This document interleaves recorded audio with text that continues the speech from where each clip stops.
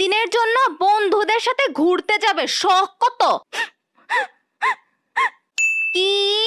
Coaching শেষ করে বান্ধবীর জন্মদিনে যাবি? সন্ধ্যা 4টার মধ্যে বাসায় ঢুকবি, নয়তো তোর ঠ্যাং ভেঙে রেখে দিমু। আম্মু, আমি চলে যাইতাছি। যেতেই হবে?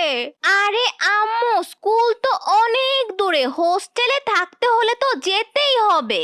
আরে আম্মু, তুমি তোমার মেয়েরে আর কয় বছর বাসায় রাখবা? কয়েক বছর পর বিয়ে দিয়ে দিলে তো এমনিতেই চলে যাবে। ঠিকই তো, আম্মু তো নানুর কাছে যাওয়ার সময়ই পায় না। তার মানে ভবিষ্যতে কি আমিও আম্মুর সাথে দেখা করার সময় পাবো না? যা যা, চলে যা। না, আমি যাবো না।